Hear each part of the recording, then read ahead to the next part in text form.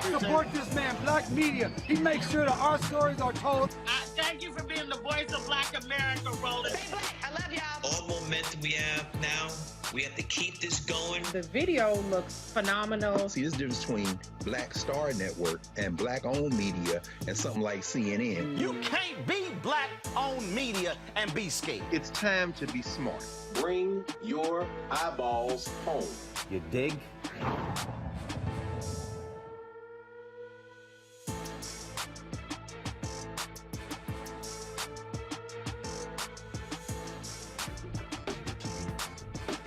Today is Tuesday, May 17, 2022. Coming up on Roland Martin Unfiltered, streaming live on the Black Star Network. President Joe Biden goes to Buffalo to address the nation and the grieving families. We will show you some of what he said in denouncing white supremacy. Also, we'll hear from attorney Ben Crump and one of his clients whose mother was shot and killed. And they will tell us what Biden told the grieving families. Also on today's show, replacement theory. A new study shows 1/3 of the country believes in this white supremacy view. Also on the show, why is a young white boy in Texas showing up at the Black family's home with a whip? We're going to show you that video and why the father is in trouble. And a white Lyft driver shows you how to respond to white racists. Folks, it's time to bring the funk on Roland Martin Unfiltered on the Black Star Network. Let's go. He's got it. Whatever the miss, he's on it. Whatever it is, he's got the scoop, the fact, the find. And when it breaks, he's right on time and it's rolling. Best believe he's knowing. Putting it down from sports to news to politics. With entertainment just for kicks, he's rolling. It's on go, roll, y'all. It's Roland Martin, yeah. Rolling with Roland now. He's funk, he's fresh, he's real, the best, you know he's Roland Martin now.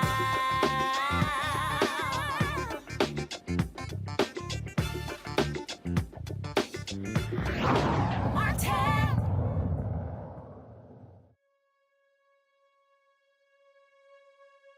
Joe Biden is back in Washington, D.C.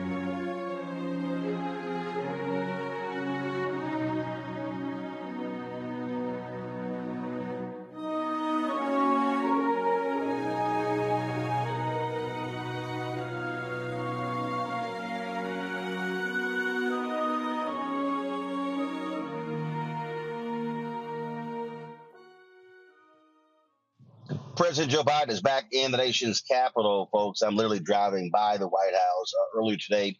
He was in Buffalo, addressing, first of all, showing his respect, paying respect to the grieving families of the 10 people shot and killed Saturday in the white domestic terror attack.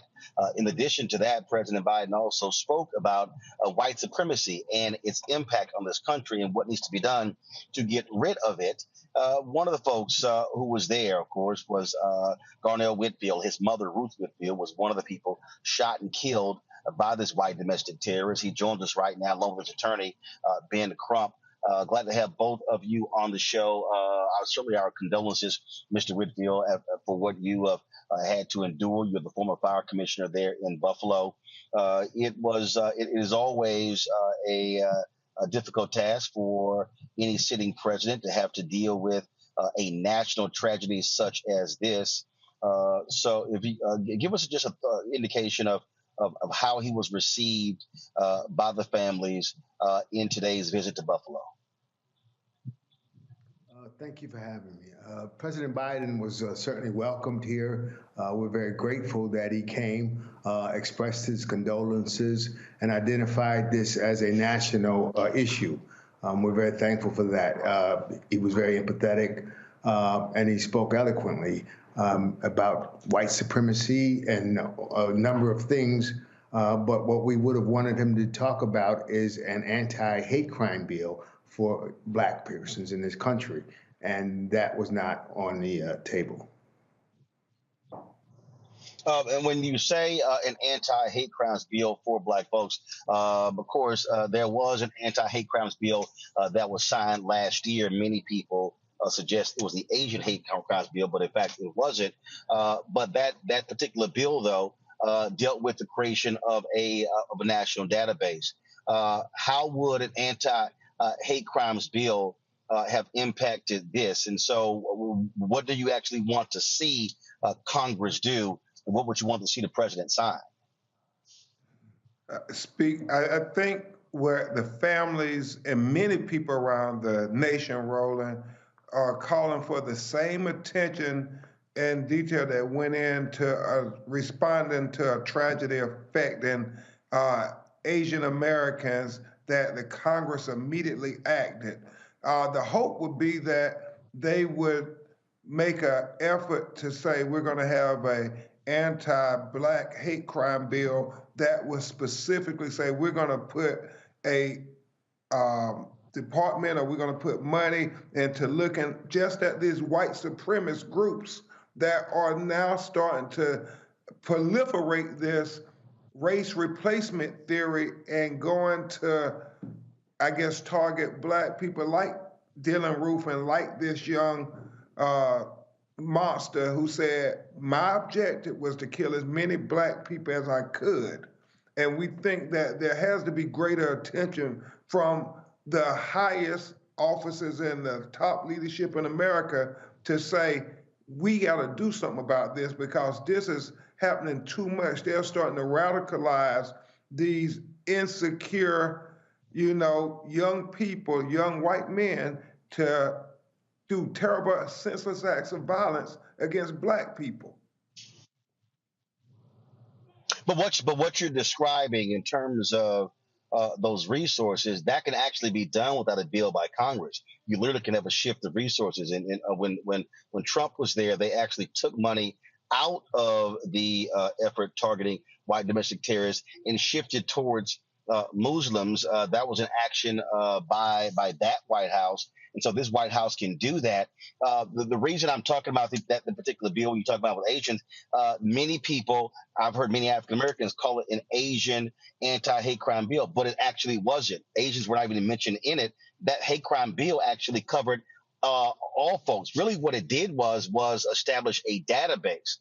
And so again, in terms of allocation of resources, obviously to deal with this, what else do you want to see this president and Congress do as it relates to white domestic terrorism? You've had the FBI director who has testified numerous times before Congress that this is the greatest threat facing America, white domestic terrorism.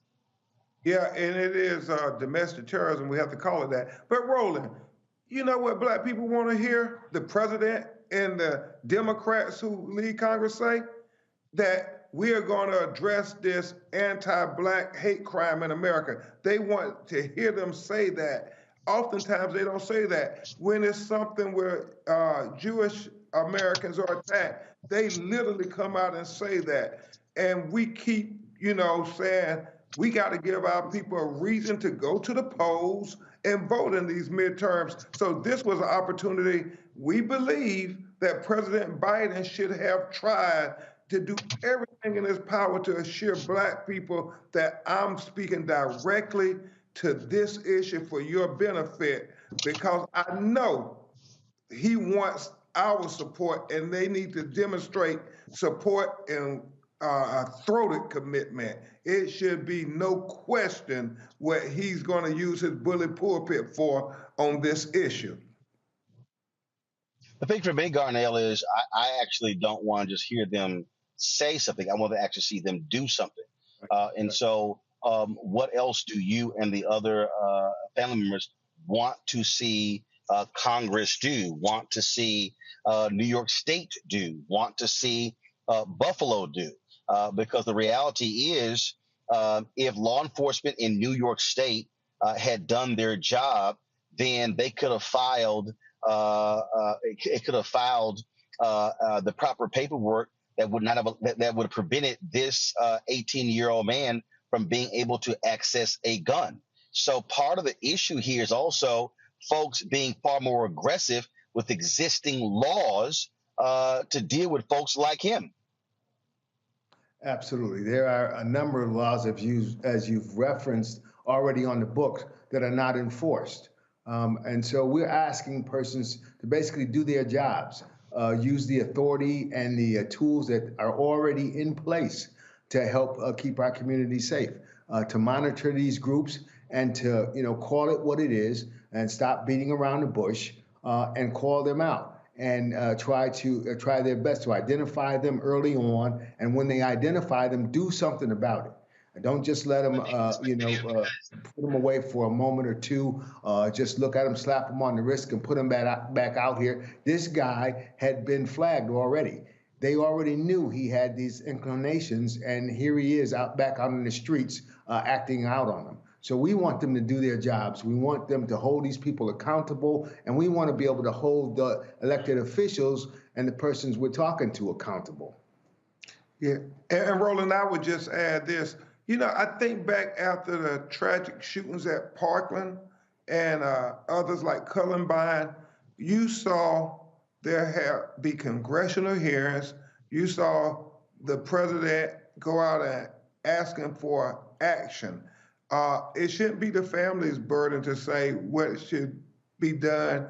The president and them should actively say, these are solutions that we're going to put out.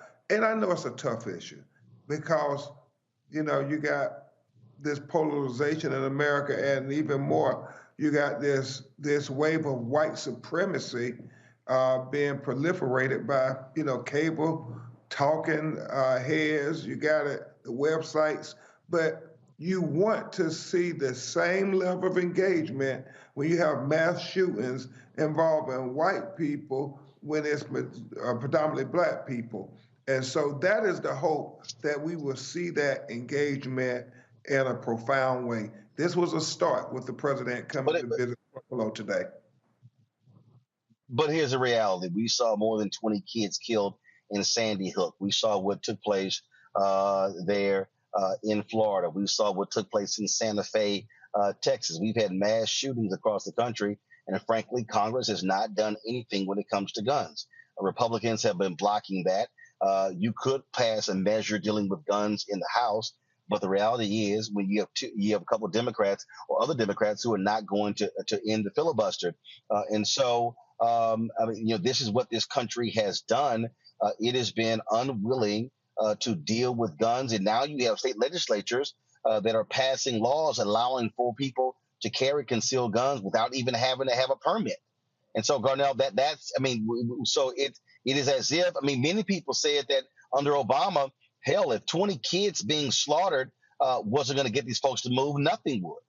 And of course, and ever since then, after that, we saw Mother Emanuel, 9 black folks killed there. Now what just took place in Buffalo Saturday with 10 killed as well. It is as if politicians on the federal level do not want to deal with guns. In the president's speech, he talked about when they previously outlawed assault rifles. The question is, can it happen again?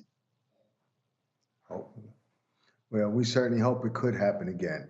And again, I as a victim should not be charged with coming up with a solution to this. We have elected officials whose job it is to legislate and to make sure that they protect us, and they're not doing their jobs. And we're going to try to bring whatever pressures we can to hold them accountable, whether it's at the polls, whatever it is, whatever we have to do to become active in this fight. We want to do that. That's what our family has decided to do. That's how we're going to channel our energy, our anger, our hurt, our grief into trying to help move this ball forward.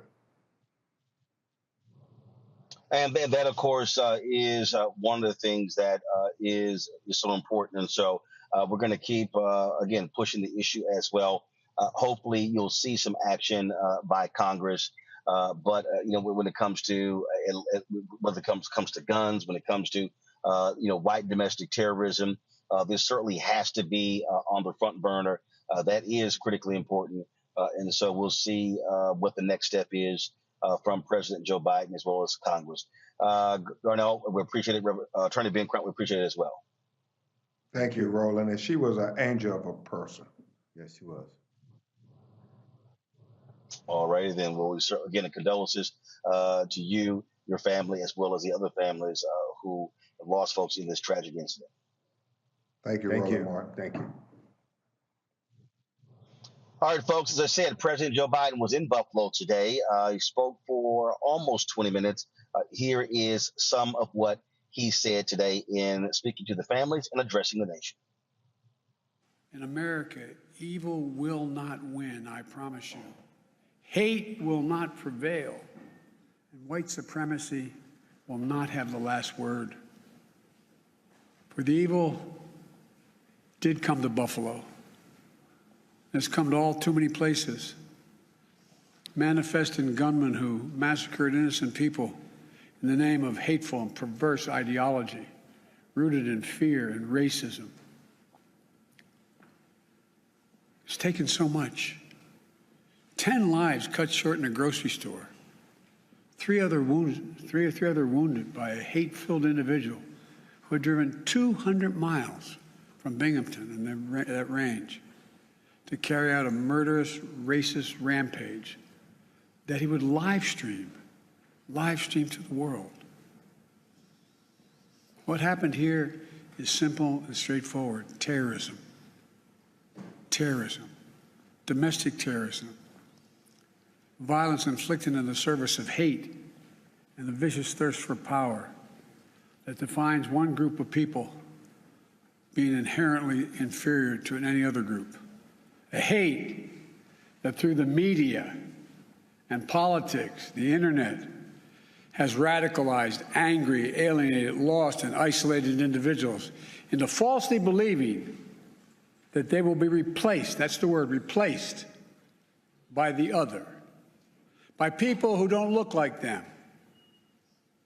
and who are therefore in a perverse ideology that they possess and being fed lesser beings. I and all of you reject the lie. I call on all Americans to reject the lie. And I condemn those who spread the lie for power, political gain, and for profit. That's what it is. We've now seen too many times the deadly and destructive violence this ideology unleashes. We heard the chants, "You will not replace us," in Charlottesville, Virginia. I wasn't going to run, as the senator knows, again for president. When I saw those people coming out of the woods of the fields in Virginia, in Charlottesville, carrying torches, shouting, "You will not replace us," accompanied by white supremacists and carrying Nazi banners, that's when I said, no. And I, honest to God, those who know me, Chuck, I wasn't going to run for certain. But I was going to be darned if I was going to let anyway. I'll get going. Look, we've seen the mass shootings in Charleston, South Carolina, El Paso, Texas, and Pittsburgh, last year in Atlanta, this week in Dallas, Texas, and now in Buffalo, New York. White supremacy is a poison. It's a poison running through it really is. Running through our body politic. And it's been allowed to fester and grow right in front of our eyes. No more. No more. We need to say as clearly and forcefully as we can that the ideology of white supremacy has no place in America. None.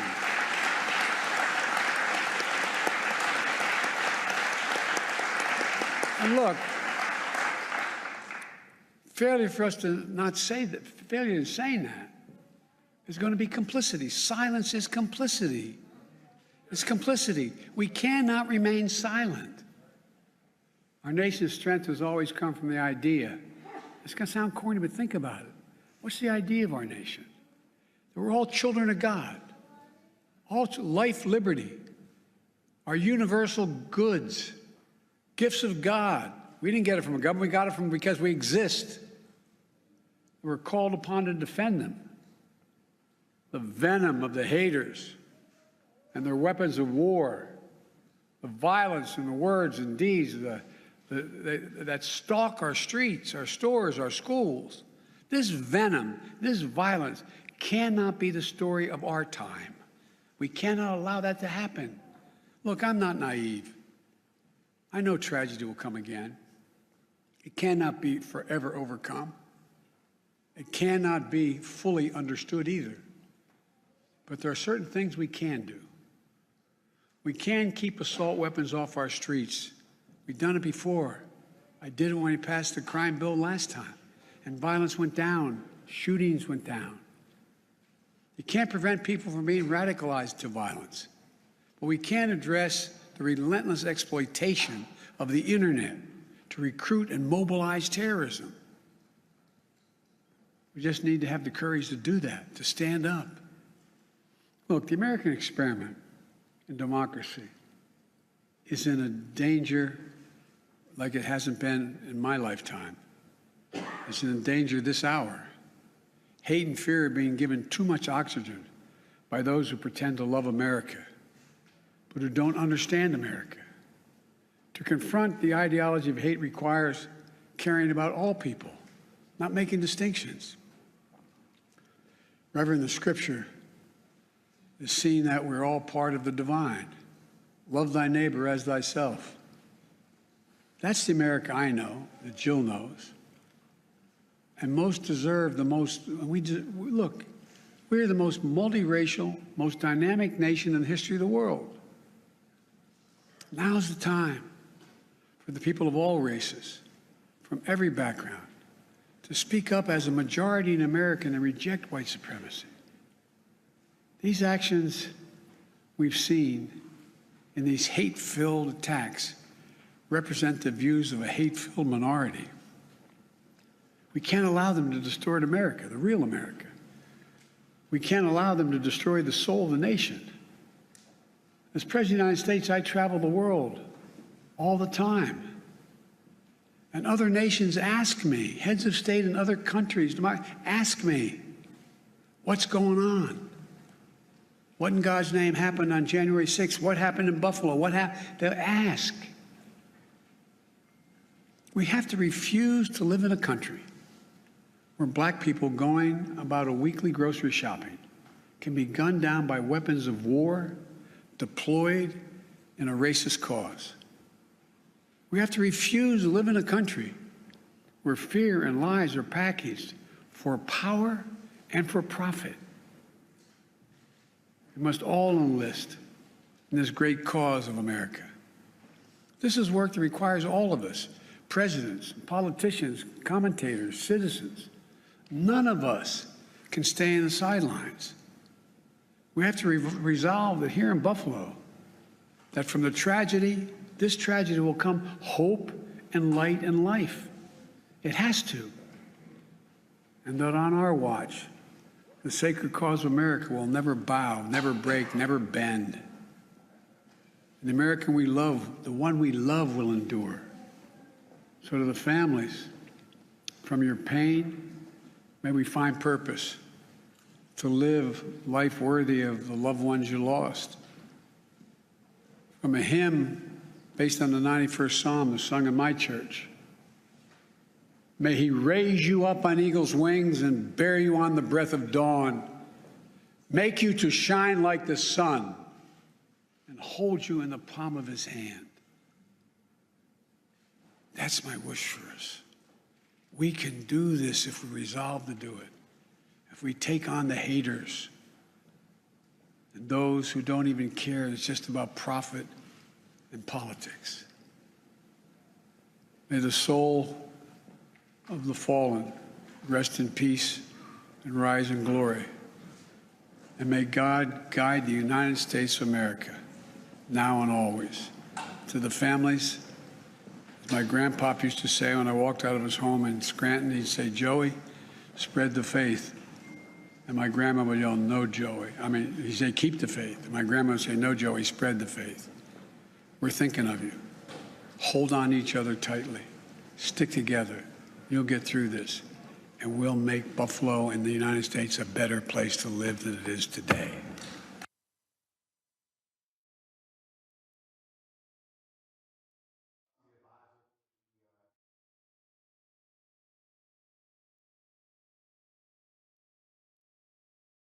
For Santiago Ali, former senior advisor for the EPA, Teresa Lundy, TML Communications, Amara Solomon Simmons, attorney, also co-founder of Justice for Greenwood. Let's, when we talk about this speech, obviously people have been commenting on it, him calling out white supremacy.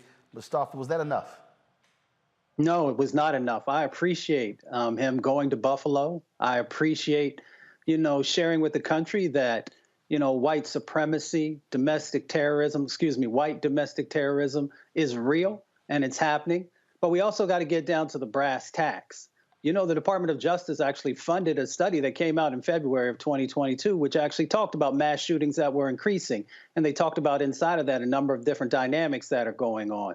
We also know that hate crimes are increasing. So what I need to hear from the president is how we are going to increase the resources to the organizations and to the states to actually make sure that we are building real capacity to address this issue. Are we making sure that there are more FBI agents and more folks at the Department of Justice who are actually focused on these issues? And what are the steps that they can share, because I know they can't share everything, to address this? Are we actually also going to deal with these social media platforms and also television platforms that continue to create this fertile ground for this supremacy to actually not just be planted, but to grow, because they water it night after night after night, morning after morning after morning. And then you find individuals who start to believe in this ideology or to grow it out. So I need to hear about how we're going to actually stamp this stuff out. Because if we're not willing to do that, then we're going to continue to see more folks who are going to die because you're actually sending a message that, it's not really that big a deal. Folks will sometimes say the right things, but then when you look at their actions, you can find out if this is truly a priority to be addressed. Teresa? Yeah, absolutely agree. I mean, it's almost to the point of how many times do we have to ask our commander-in-chiefs, our U.S. senators, our congressmen, to actually stand up and do what they have the power to do, right? I think as voters and as citizens, we are asking for change. We're asking for them to really do their jobs, and so as we even come up to an election. For the primary election, we need to be asking them same things, asking them same questions, not the day of, not the week before, or not when a tragedy happens, but prior to. So we can see if they are the right elected officials that on day one, they will get it done. DeMario. Completely disappointed. Last year, President Biden came down here to Tulsa. He gave a similar speech. Didn't move the needle. He didn't announce any particular policies or processes or resources, Mustafa has stated. He did the same thing here. It's performative. It's a waste of time. I want to hear him talk about doubling the DOJ's budget, as Mustafa talked about, to deal with these issues. I want to hear him call upon the congressional leaders to utilize the 14th Amendment to kick out of Congress those known white supremacists who are in Congress today. They have the power to do it. They refuse to do it. I want to hear him talk about actually going after Fox News and Tucker Carlson and those individuals. And I want to hear him stop saying that this is antithetical to the American democracy. This is what American democracy has always been about: the destruction, the terrorism, the killing, the maiming of Black people. Anti-Black racism is as American as anything else. We have to be honest about that. This speech is a complete disappointment. It means nothing. It didn't move the needle. No policies were provided. No resources provided. He could have just stayed in Washington, D.C. as far as I'm concerned. You talked about, first of all, he did mention, he did mention specifically media outlets or politicians or individuals who, when you talk about this whole issue of replacement theory, Senator Chuck Schumer did give a speech on the floor of the U.S. Senate today. In fact, sent a letter to the top officials at Fox News, specifically calling them out. This is what he had to say on the Senate floor.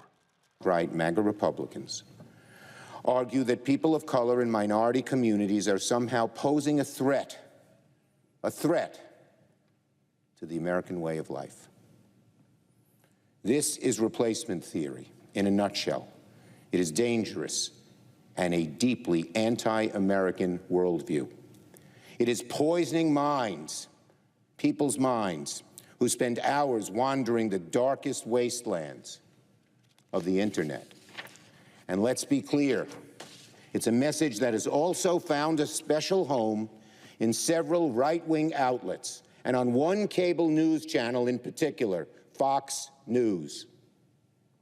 In a craven quest for viewers and ratings, organizations like Fox News have spent years perfecting the craft of stoking cultural grievance and political resentment that eerily mirrors the messages found in replacement theory. Fox's top political pundit, Tucker Carlson, has spewed rhetoric that echoes replacement theory at least 400 times on his show since 2016. This is a poison that's being spread by one of the largest news organizations in our country. If organizations like Fox News truly want to condemn this weekend's violence, they need to stop spreading ideas like replacement theory on their shows. We see, sadly, unfortunately, and on several, all too many occasions, what happens when these views are given a platform.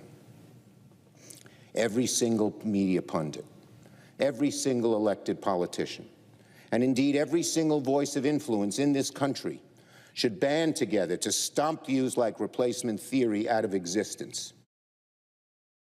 That Tucker Carlson then invites Senator Schumer onto his show, but Mustafa Schumer says, "Nah, I'm good." He said, "Just stop talking about it." That's being specific. Can't hear you, Mustafa. Guys, what's going on? All right, Can go you hear ahead. me? Yeah, now we can hear you. Yeah, no, I appreciate Senator Schumer not going on to the show because there's no reason. You know, you got folks on like Fox News and some of these other outlets that they're almost like a pusher. You know what I'm saying? They continue to feed individuals this drug of racism. And they just, why would you want to hang out with that type of situation? They're not interested in an honest conversation. They're not interested in exploring the policies and the increases in policy and expansion of policy that's necessary to protect Black people. So I wouldn't spend any time on that show either. Every time they call me, I say no, thank you, because there's nothing positive that's going to come out of there. But yet millions of people do watch every night, and they continue to get their fix. They get their fix of racism. They get their fix of white supremacy, and they get their fix of extremism. Can you imagine if we had a network that had Muslim brothers and sisters on there, from other countries, who were sharing certain things? They would shut it down. They would shut it down if Black folks were actually having a network that talked about the overthrow of the United States government and all these other types of negative actions that, break democracy down, even though it has never been perfect. So folks have to make a decision. Are we going to allow this type of information, false information and misinformation to continue to be spread? And if you are, then we're going to continue to get these types of actions that happen that take Black lives away. And then, of course, there were also a couple of white folks who lost their life also, even though that wasn't the main focus of the killer. They were coming after our folks. So we just got to start having honest conversations about entities that no longer have a place in the 21st century America if we're truly going to be the America that everybody keeps talking about that we can be. I do think it is important, Teresa, to call people out specifically, call out specific politicians. And look, Biden spoke in general, but if he doesn't want to do it, fine. Guess what? Pelosi needs to do it. Schumer needs to do it. That type of action needs to take place. You cannot make racists comfortable. You can't coddle them. You must go after them head on. Yeah, I mean, it's essentially the same messaging as cancel culture, right? I think so many times we've kind of gone through, probably the pandemic has shown us the most opportunity that we could use with a hashtag on social media. So I think if there's enough voices, enough influence, and enough power that is circulating around this issue, that the removing of controversial speeches actually take place, then likely we can probably go back to some of the talking points that Joe Biden has said when he was in New York about unity and coming together. But half the battle is if we aren't unified in some of these statements, if we're not calling it out as we see it or as we are dealing with it, and if we keep allowing the program to just enhance itself. Listen, there's been polls that has been given to show how influential of an influencer that Tucker Carlson is. Right, he went from a nighttime show to now have a daytime show. Why? Because more people want to hear that type of rhetoric, because I'm not sure why, but they're making it convincing enough. So there are analytics, there are numbers, there are data that is specifically watching the turn of events happen.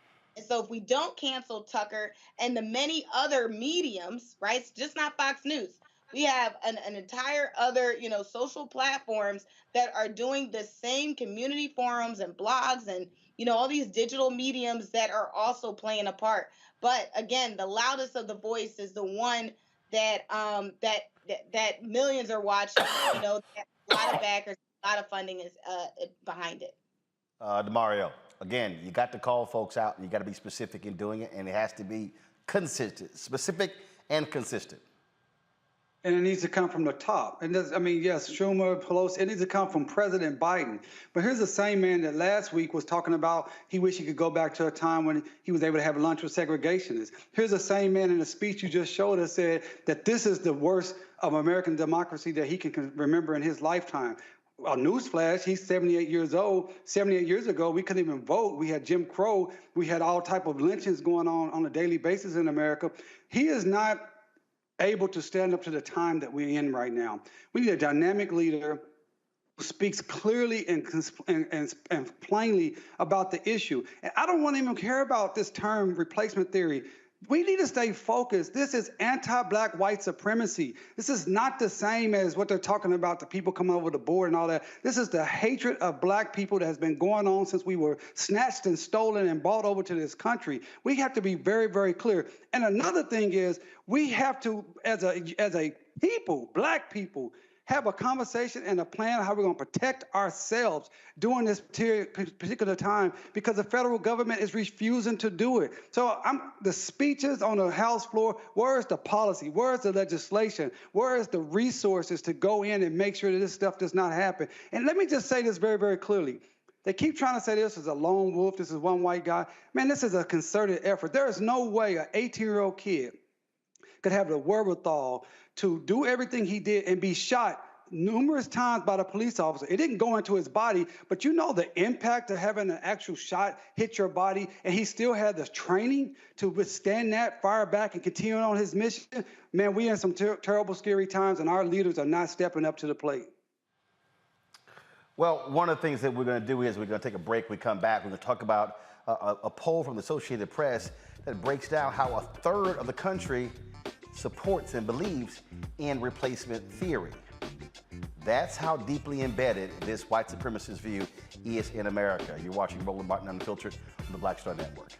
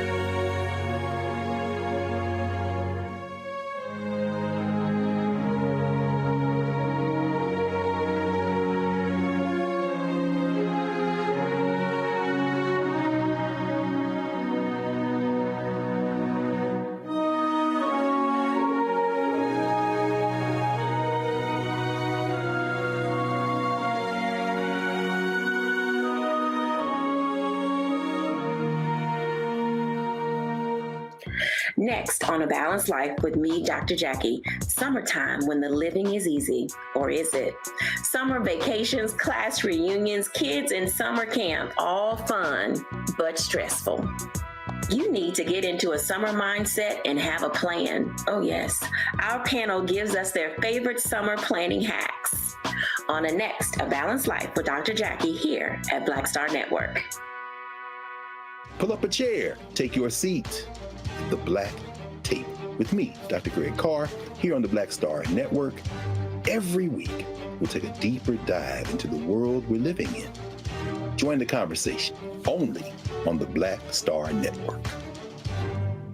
Hi, I'm El DeBarge. Hey, yo, Peace World. What's going on? It's the Love King of R&B, Raheem Devon, and you're watching Roland Martin, Unfiltered.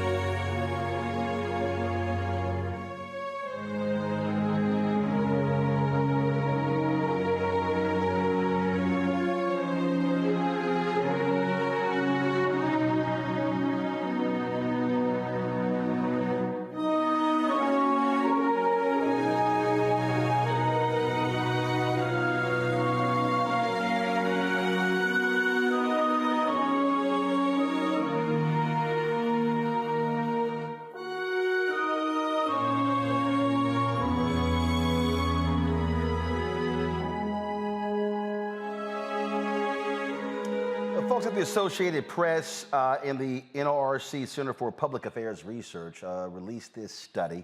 It is called Immigration Attitudes and Conspiratorial Thinkers, a study issued on the 10th anniversary of the Associated Press Newark Center for Public Affairs Research. When you look at this particular study, it lays out that roughly 1 in 3 adults agree that a group of people is trying to replace native-born Americans with immigrants for electoral gains.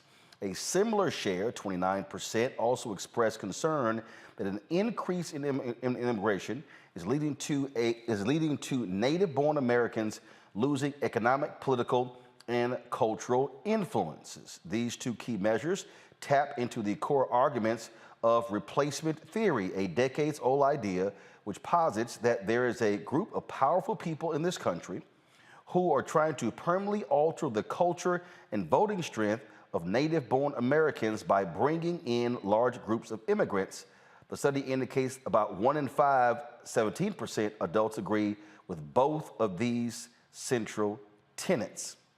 Most Americans cite a lack of economic opportunity, 93%, poverty, 92%, and violent crime, 91%, as motivating factors for why immigrants leave their country, while just 2/3 cite the impacts of climate change. Now, let's unpack that. When you talk about this 1/3, you're talking largely about the Republican Party. Now, what I find to be real interesting, Teresa, is these people calling themselves native-born Americans. Because if we really want to have a conversation about replacement theory, Native Americans were replaced by white Europeans. That's the absolute perfect example of replacement theory. Yeah, I love both sides of the aisle, and I think there is no both sides. That mean Native Americans were replaced, killed off by white folks from Europe. Right. So here's where I was going with it. Both sides, as in the talking points here. I think Republicans are very making a very concerted effort to try to have like a blend factor of what they feel is primarily the right terminology of how they want to blend with the culture where they feel like, I feel like that I don't know. I just feel like their messaging is more so catered to, this, we are in this together, even though we've dominated you in so many words. So it's kind of where I am on that. Okay, I'm still confused. So am I. I mean, I'm confused with the answer. I'm not confused with what's going on here. What is fundamentally going on here are white folks are saying, this is ours, and we don't want nobody to take what's ours. And what I'm saying is, y'all white folks, you're visitors. You actually took this country from Native American people. That's what actually happened. So the very people who are complaining about immigrants are immigrants. That's why I find this to be utterly laughable, DeMario. They are immigrants. That's who they are. And they don't want to own up to that. And so what they're operating is from a position of, this is our country. Hell, if you really want to start breaking this thing down, okay, if you really want to start just really breaking the country down, a significant part of the southwestern United States was Mexico. If you want to talk about Louisiana and literally middle America, Louisiana Purchase, hell, that was France.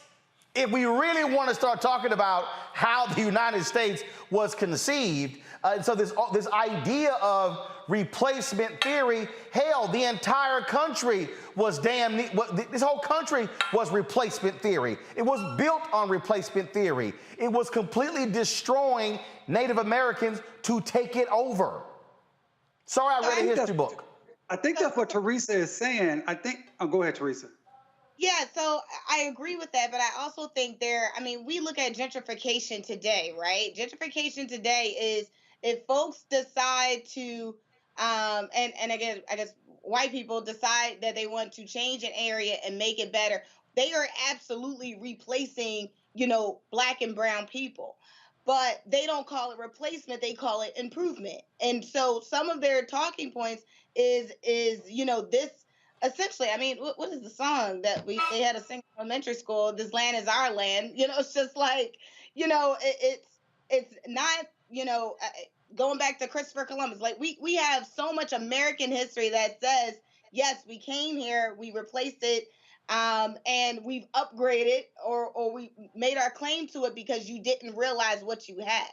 And so I think Republicans make it very clear that, their talking point, not ours, their talking points is very clear that, we're not saying replacement didn't happen. We're just saying don't use that word. But No.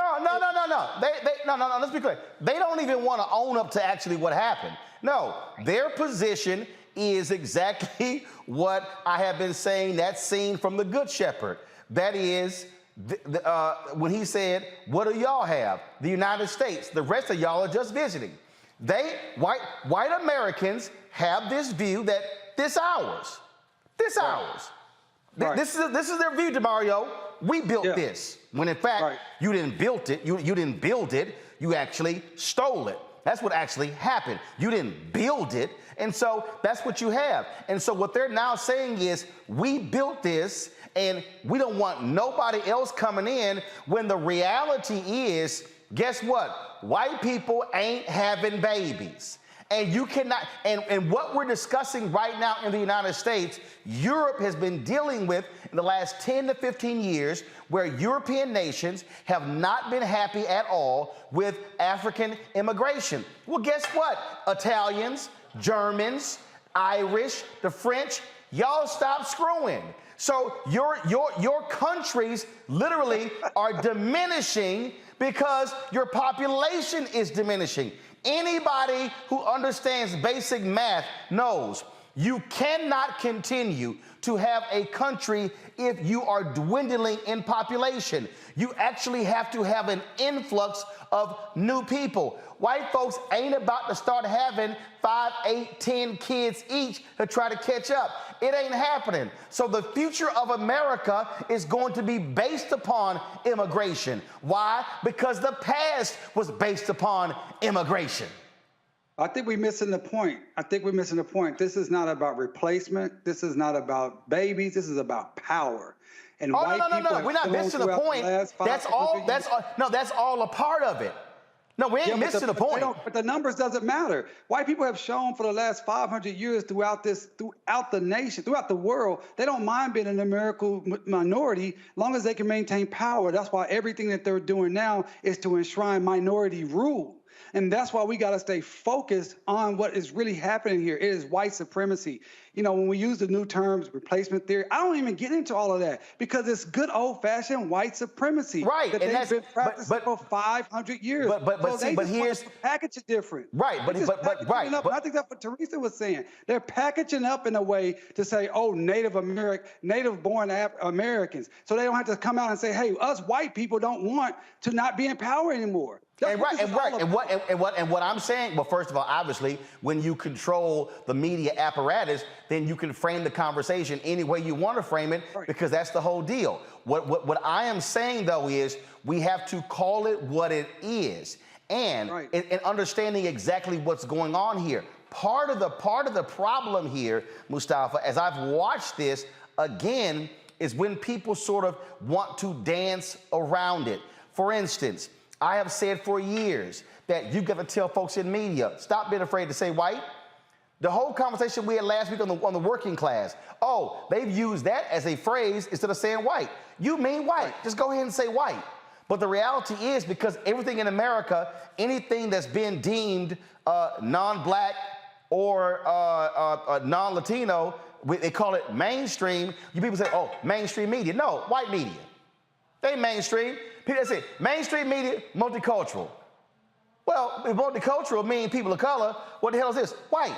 We gotta force people to call it like it actually is, and that's been part of the deal. This unwillingness to actually say white voters, white power, white nationalism, white supremacy. Exactly. I mean, we just got to put it out there and call it for what it is. And, you know, it is a part of the misinformation and disinformation. We often talk about, you know, how that plays out from the Republican side of the equation. But we've also had our own sets of folks who play into this misinformation by not just telling it like it is and trying to sugarcoat it and trying to do all these other types of things to lessen what the reality of the situation is.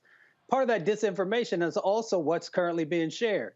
So, yes, you know, America is becoming browner. But yet there's still 309 million people who live in our country. Almost 200 million of those folks are still white. So when folks try and talk about, you know, that you're being replaced, well, that's not true. Not in this moment. Yes, there are more black and brown folks who are having babies, but you still are the majority. When they talk about the economic side of the equation, you know, 2 years ago, the last study that I looked at, you know, the median wealth income for a white family was around $188,000, but for black families, it was around $24,000. So you still are in control of the vast majority of the wealth that's happening in our country. When you look at who runs the Fortune 500 companies, who runs most of, you know, the higher level businesses and other entities in our country, it is not black and brown folks, it's white folks. So you still control much of the narrative, you control much of the resources, and now you see that there's a changing of the guard, if you will, and some folks are getting nervous about that. My thing is, if you treated folks right from the beginning, you'd have nothing to fear whatsoever, because folks would remember that you are actually an ally, that you are a true brother or sister. So maybe folks are getting real nervous because they see how they've treated others in the past and are worried that folks might treat them that way in the future. But see, here's the deal. This is even not about you're still in the majority. They don't want to give up anything. Again, all you have to do is go back in American history. During the Reconstruction period, it was like, yeah, all right, we're going to pass these laws. Look, we ain't trying to give up nothing.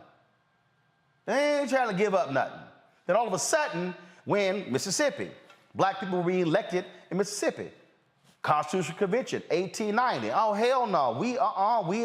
We tired of these Negroes being elected to Congress and to the U.S. Senate and to the State House. No. We about to change the Mississippi Constitution because it's too many of them being elected. Lynchings. What lynchings were largely wasn't about whistling at a white woman. They were angry with the economic advances of black people. Even when black people were making money selling to other black people. It was, how dare y'all make money? That's what Tulsa was about. Them white folks were mad at Greenwood. How dare y'all sit here and in the midst of Jim Crow create your own thriving community? Damn that, we got to burn this sucker down. And so what but the problem, Teresa, folks want to dance around this. No, this is why media narratives matter. And so this is why calling it what it is. At every juncture, Tucker Carlson has to be called a white supremacist. At every juncture, Fox News has to be called white nationalist network news. And what people should be doing, black people, okay, conscious white folks, Latinos, conscious white Latino, should be saying to any advertiser spending money on Fox News, how dare you support white supremacy? Not this whole, oh no, don't put the ads on Tucker show. No, don't put the ads on the whole damn network. They should become pariahs. That's what should happen. But see, I'm not sure if folks really want to go that hard. Right. And likely not, because, I mean, essentially, if you have someone like Tucker Carlson with the amount of influence and the amount of followers and just, you know, resources available, you know, to make those type of statements and make those type of theories, that means somebody in the back end and higher office at Fox News actually believe in what he's saying. So they keep elevating him. They keep giving him a platform. And they're like, hey, don't go too hard, but just go enough so we make our point very clear and watch the results. So again, it's not just Tucker. I think Tucker is just a spokesperson for an entire community that we do not see. And for me, that's probably the most scariest part, the back end office of who's making the decisions, who is allowing these statements to go across. So we really need to be looking at the CEOs, the decision makers that is allowing Tucker Carlson to stay there, because there's just not enough pressure. There's just not enough, just pressure all around that is making these executives change their decision to giving him 2 shows on a major mainstream. No, look, let's be real clear. I mean, the New York Times literally just laid that out in a very long piece, detailing how that show has become the top show, and they laid out in the article how executives at Fox News study the numbers minute by minute. They want to know exactly what people are watching. I'll tell you, DeMario, the reason I know this is the case, when I was at CNN, CNN executives would tell me, they would tell me why they wanted me on certain shows. And they told me, John Klein, who was then the president of CNN US, told me point blank, we can look at the minute by minute, and all of a sudden, if there's a spike, the first thing we say is, what was being talked about and who was on? He said, we will go back and see, oh, you were on. They literally told me that. And so what Fox is doing, Fox is looking at the numbers. Oh, what is Tucker talking about? That's why the New York Times even broke down how on his show, they've even greatly decreased even having guests on the show, really focused on letting him run with monologues to break this whole thing down. That's what they, and here's the piece. This is not just Tucker Carlson, because he ain't that bright. Let's just be real clear. I mean, he's a trust fund baby. He ain't bright. And so this is a network that is actually earning billions because of white supremacy. Lachlan Murdoch, Rupert Murdoch. There's a board of directors at Fox as well. That's what you're dealing with here. And so you have to look at the entire apparatus. They also drive conservative media. So who picks up on this? Steve Bannon's of the world, OANN, Newsmax, all these other bloggers. The entire conservative media ecosystem, which then drives the conservative politics, which drives conservative philanthropy, is all driven based upon white supremacy.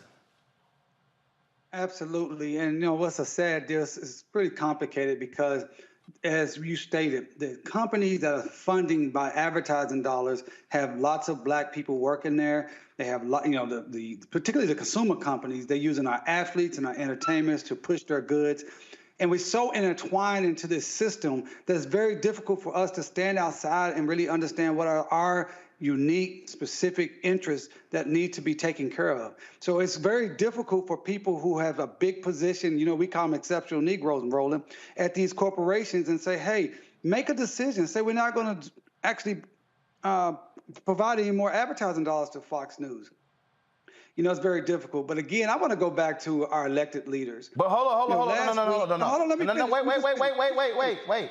The reason I don't want you to move off of that, because you left out something. What's that? Mustafa, do you have cable news? Yes, I do.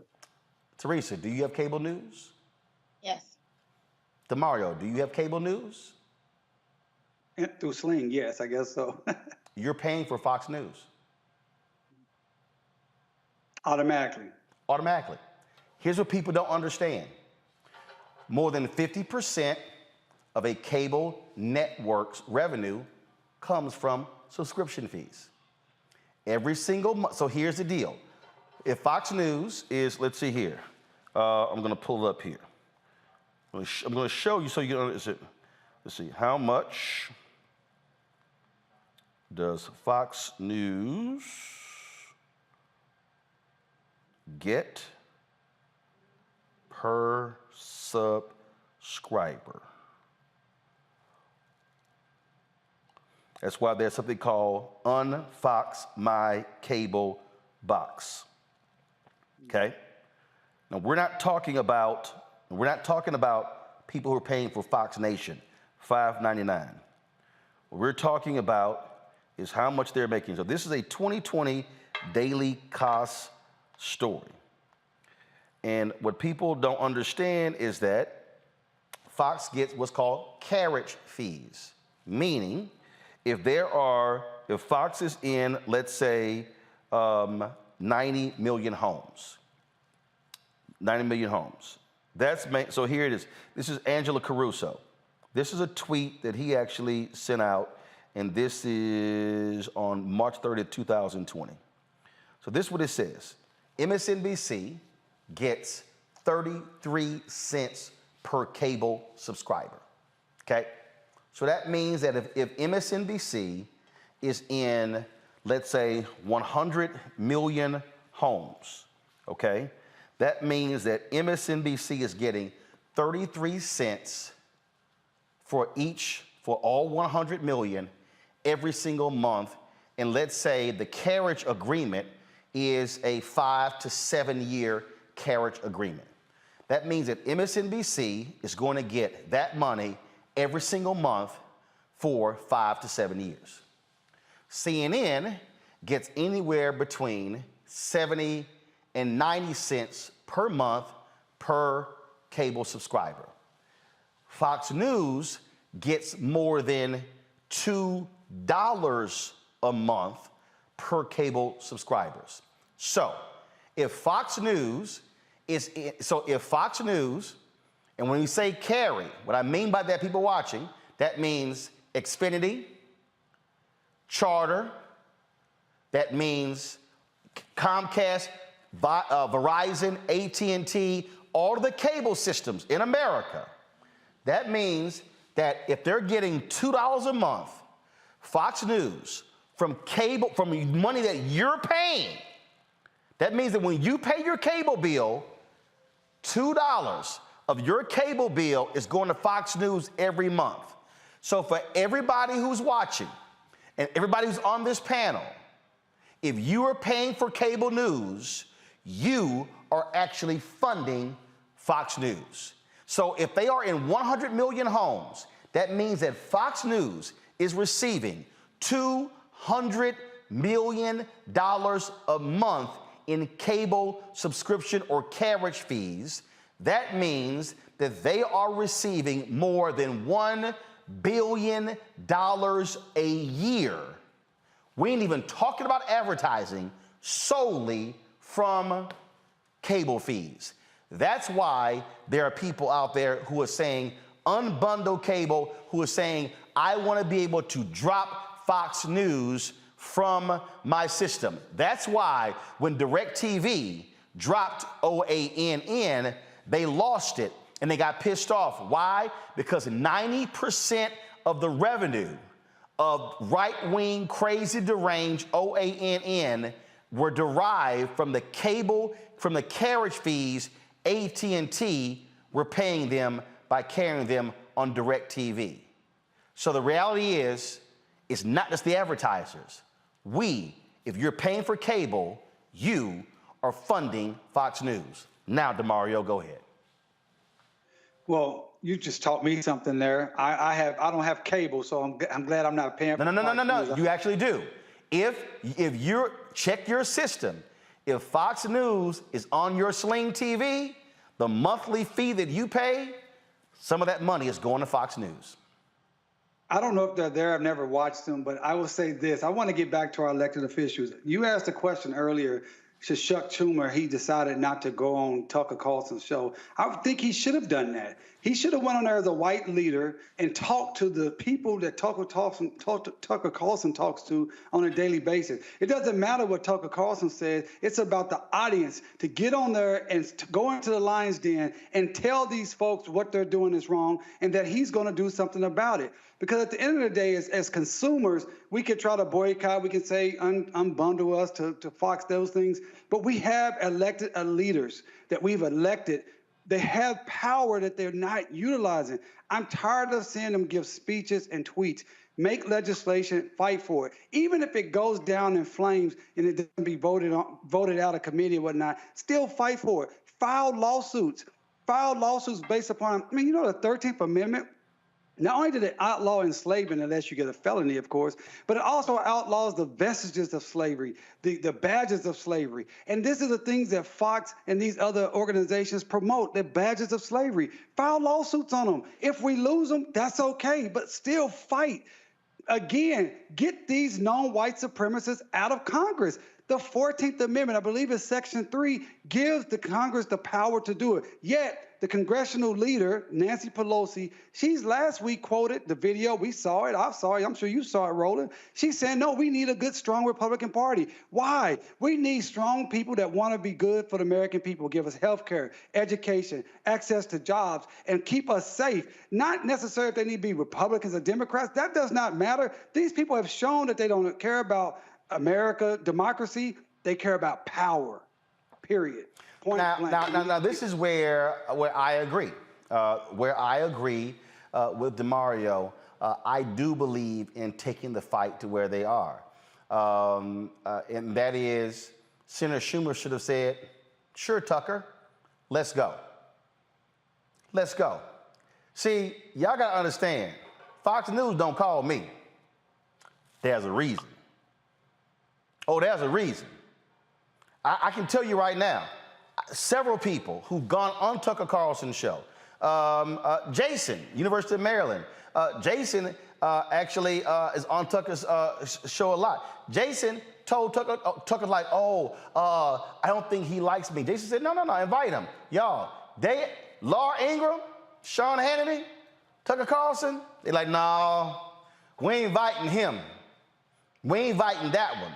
Because see, I need everybody to understand, when Roger Ailes started Fox News, Roger Ailes positioned the network to where his anchors never lose. So what they would do is they wanted a black foil. So y'all remember how they would always have the new Black Panther party on? And they would always complain about the new Black Panther? Well, they were the only ones who was booking the new Black Panther party. They were using them as a foil to drive their agenda.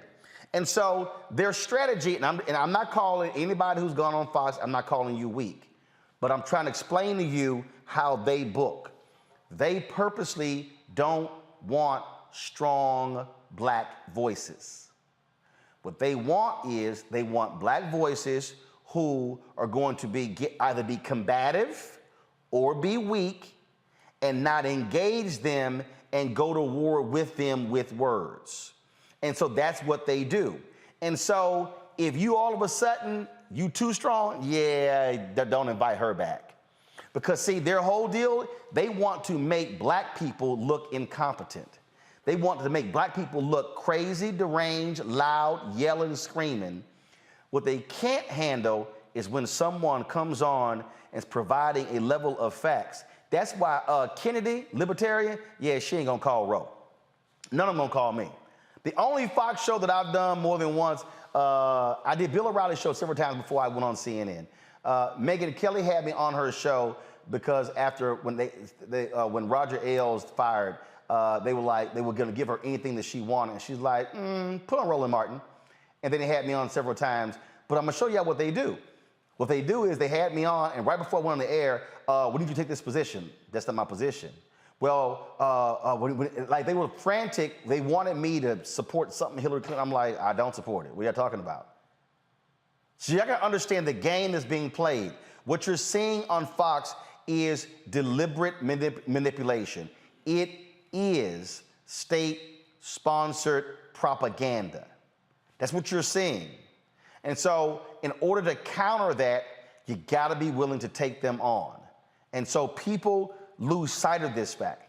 And so that's what and understand, they drive Republican politics. Iowa, Grassley, Mustafa, he literally said during the confirmation hearings, the only goal in opposing Judge Ketanji Brown Jackson was to get on Fox News. He said it. He literally said it. And so we just have to understand what we're up against.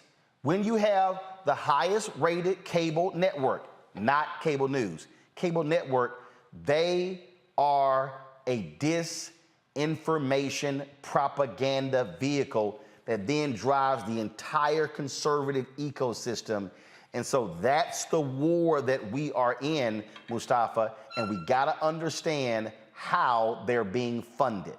You go after the money, you're able to shut down the propaganda machine. Exactly. It's always about understanding the game and the players that are in the game. You know, we have all kinds of tools that we can utilize. You know, we've talked about taking our own personal responsibility about where we're utilizing our dollars. And I thank you, brother, for highlighting that for folks. I'll be taking care of that once the show is over today or tomorrow morning.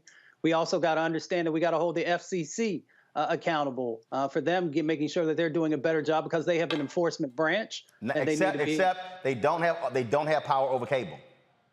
They only have power over the broadcast. They don't have, the FCC only regulates broadcast, not cable.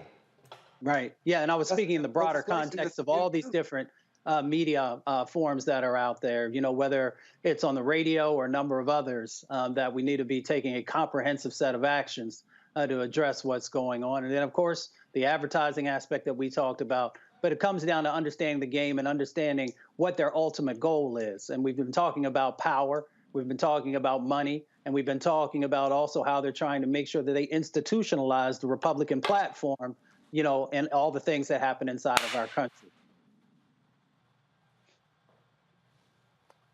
DeMario. Well, again, I mean, I'm a broken record on this deal. We just got to use everything we can to push our elected leaders. I want to see civil rights organizations. I want to see black business organizations. I want to see black athletes putting pressure at the top. President Biden, he's the president of the United States of America.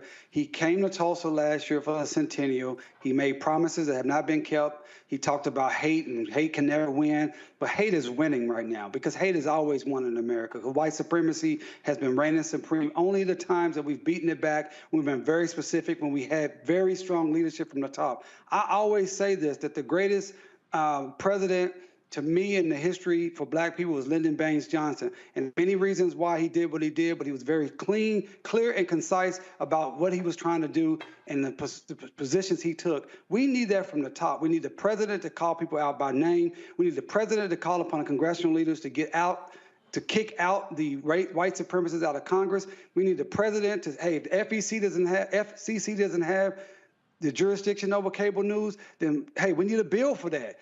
Let's utilize the tools that we have. We need the Department of Justice white supremacy task force to have double their resources, triple their resources, sue these people out of existence. How can you have a Confederate History Month? I mean, listen, this is ridiculous. We got Confederate History Months going on right now in Mississippi and Alabama, and no one is saying anything about that from a federal level. This is ridiculous. We are dying each and every day because we lose focus on these leaders and they refuse to do what they can do. Do what they can do. That is my mantra tonight. Well, again, I need our people to understand. You got to understand the battle that you are in the midst of if we're going to wage this war. And so that's what has to happen. And so this is why, and now people understand. And I really now hope people understand how I've walked through this thing, why I'm so adamant about fighting for advertising dollars for Black-owned media, why I'm so adamant about having independent Black-owned media. Because, folks, look, y'all, this is what I've done since I was 14 years old, okay? There are athletes out there, they've been bouncing the basketball since they were a kid, and they're now in the NBA. Well, hell, it's the exact same thing. I've done nothing else since I was 14 years old. When you understand the media apparatus, when you understand the game, then you realize what's going on. This is why they are able to drive things. I mean, I'll give you a perfect example, just so y'all can understand why it's important to support this show. And I'm always calling out Mediaite because they do this all the time. They do this all the time. So if you go to their site, so this is gonna crack y'all up. So I'm on Mediaite right now. Okay, switch please. Okay, I'm on Mediaite right now. So this is their top story. Okay, so if you go down Mediaite, so they have all of these stories on their website. And so they have this story right down here that says, CNN reporter says white Americans have to come to terms with their racism. Okay, that's what they wrote. Now, I sent them a tweet and I said, wow, Mediaite, hell, we been said that. In fact, we said it last week. We said it Monday. We had 10 Ys on Friday and Monday. Really? Y'all just figured that out? Now, let me explain why I said that. Because Mediaite, they only pay attention to mainstream media. So when CNN says it, all of a sudden you see a clip. Like, ooh, wow, CNN reporter says white Americans have to come to terms with their racism.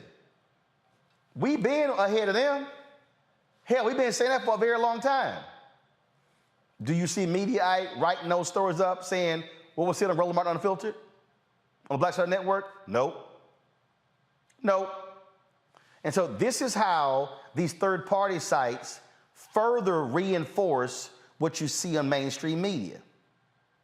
So it's not just we're up against MSNBC, CNN, Fox News, ABC, NBC, CBS, then the whole media ecosystem. Y'all, I told y'all, 3 different publicists. We will be 4 years old on September 4th, 2022. Not a single mainstream media reporter has done a story on our success with this show. And they're not. Not one. Quibi raised $1.5 billion, went out of business in 6 months. Wasn't even profitable. Tons of stories. We can go down the line. Black News Channel, big old piece in the LA Times, big old piece in the Wall Street Journal. They ass bankrupt, broke, was making $8 million a year, spending $25 million a year. We're profitable. We've been growing. We Black owned. No story. Now y'all understand what you're up against. What you're dealing with is you're dealing with folks because we are a threat to that system. When you're trying to create an alternative voice, an independent voice, a voice that they don't control, then we become a threat. And that's why we are so diligent and focused in terms of what we're trying to build, because I understand the power of media and how you can cause minds to be changed and shifted. And so people don't see, a lot of us just go, yeah, okay, man, we see you on the show. No. Trust me. When someone sees a clip on this show and sees a conversation, what they're doing, they are hearing something that is different than what they're hearing other places. I've had folks walk up to me, white folks, black folks, walk up to me saying, man, I'm hearing stuff I don't get anywhere else. Y'all better understand what we're doing. This is about countering what they're doing, because if you got to depend upon CNN and Fox News and MSNBC for what's happening in our community, we're gonna be lost as all get out. That's why that's why it says right there, y'all. It says clear as day. The nation's first black newspaper, Freedom's Journal. Why it says right here on this mural, right here, Freedom's Journal. We wish to plead our own cause. Too long have others spoken for us. This is in the third paragraph of the nation's first black newspaper on March 16, 1827. This is why we have it in the mural in here. And so we just need you to understand why your support for this show matters, why it matters for you to support what we do. We're going to go to a break. We need you to download the Black Star Network app, of course, all available platforms. Why are we trying to get to 50,000 downloads, 100,000 downloads, 500,000 downloads? Because we completely control it. Yes, we're on, and again, I appreciate y'all giving on YouTube, but y'all, if you give to us on YouTube, we only get 55 cents of every dollar. So if you give us $20, we ain't getting the full 20, okay? They gonna keep 45% of your money, okay? And so the reason we're pushing the app, and yes, we're on YouTube, yes, we're on Facebook, yes, we're on these platforms, but I need to understand, we still are then beholden to what they are saying and doing on the platforms. So if we're able, so right now we've got almost 3,000 people watching live on YouTube right now. Well, if we're able to build the Black Star Network app and have 3,000 to 4,000 and 5,000 watching over there, then we can be able to drive our revenue in a whole different way. And so I want y'all to download the app, tell your friends, tell everybody to do so, because it's important when we do that. Apple phone, Android phone, Apple TV, Android TV, Roku, Amazon Fire TV, Xbox One, Samsung, Smart TV as well. And so please download on all of those platforms.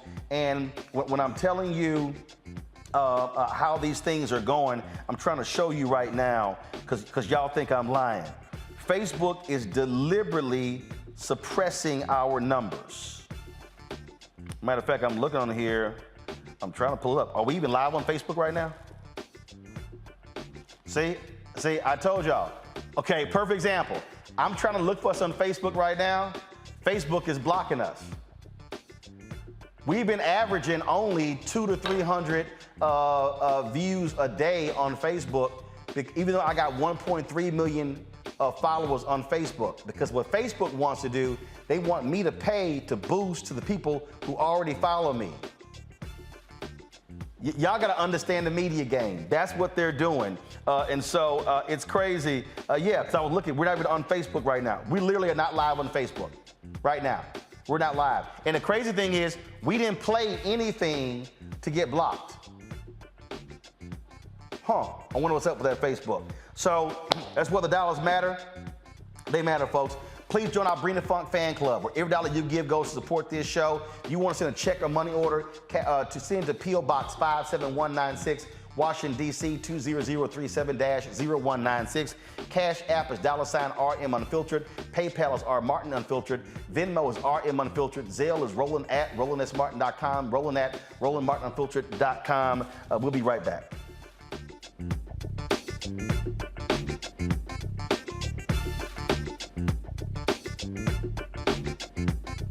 Why is it so hard to see Panther? What deal? Wow. I mean, if you go to Amazon, I think I tried. Man. So I have a collection of that's a hard movie. They charge you $300 on Amazon. I was like, I'm not about to pay no $400 for a VHS copy.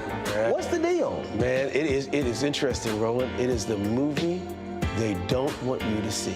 Power to the people. It's funny. I made New Jack City. You can get it anywhere. Posse, you can see it anywhere. But a movie that says that it is not an accident that we medicated the black communities right around the time when they were getting militant, when you had the Panthers starting to organize, and people starting to vote and march on Washington. We let these communities get medicated. In fact, that comes up in The Godfather, you know, where they say, as long as it stays in the black communities. So we asked the question, they tried to ask us questions. I asked them, the reporters when we did, I said, listen, why is it a 13-year-old boy in the hood can find a way to buy a gun, some liquor, or a church, or some crack, and yet you can't find them to arrest those people? You can't arrest that dealer. Why is that?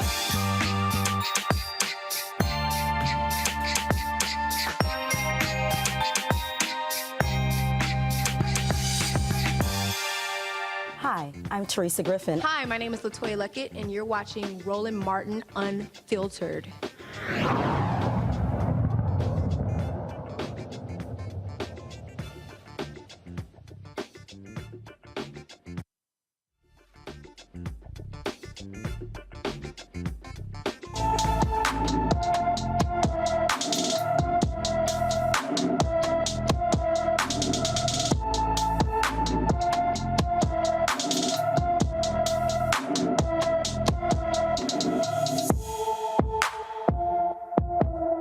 Carissa Curry has been missing from Matthews, North Carolina since April 18th. The 13-year-old is 5 feet 2 inches tall, weighs 155 pounds, with brown hair and brown eyes. Anyone with information about Carissa Curry should call the Charlotte-Mecklenburg, North Carolina Police Department at 704-336-7600, 704-336-7600.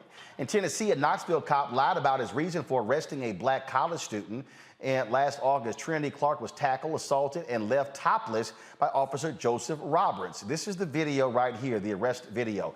Go ahead and run it. I'm going to talk over it, folks. Trinity Clark was charged with 6 criminal charges, including a felony charge of evading arrest. After reviewing the evidence, a judge dismissed all of the charges. Judge Tony Stansberry called the incident disturbing. The former officer, Joseph Roberts, faces criminal charges in an unrelated case where he's accused of lying about starting a high-speed chase that ended in a crash, injuring 3 people. Look at this video. Bruh, move! My titties are out, bitch! Move, bitch! I'm not fucking playing, bruh! I don't got no shirt on, no! We fucked up!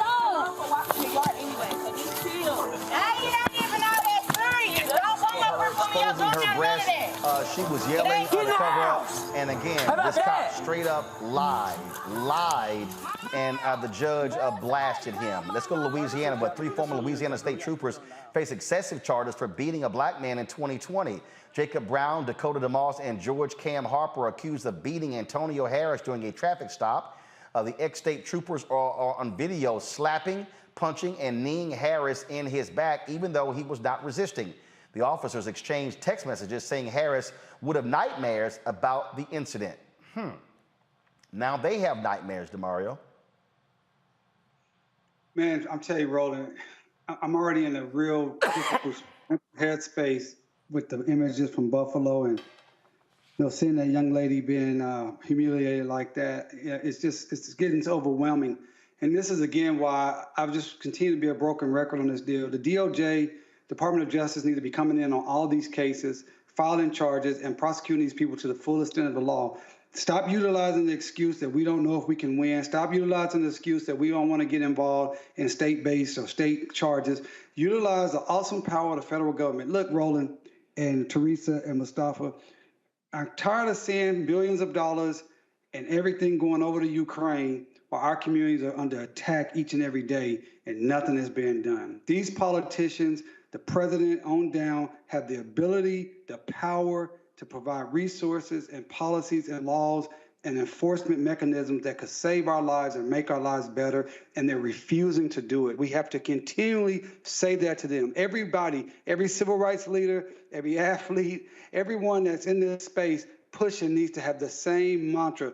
Utilize the power that you have to make our lives better. That officer in that police department should be placed under investigation by the DOJ and sued. The story, I read the story that you sent over, Roland. His superiors, which I see this all the time in my own practice, His superiors watched the video and they said, hey, that was within policy. You could have just used less bad language. So all of these people should be investigated and charged and sued and given the most maximum prosecutions possible.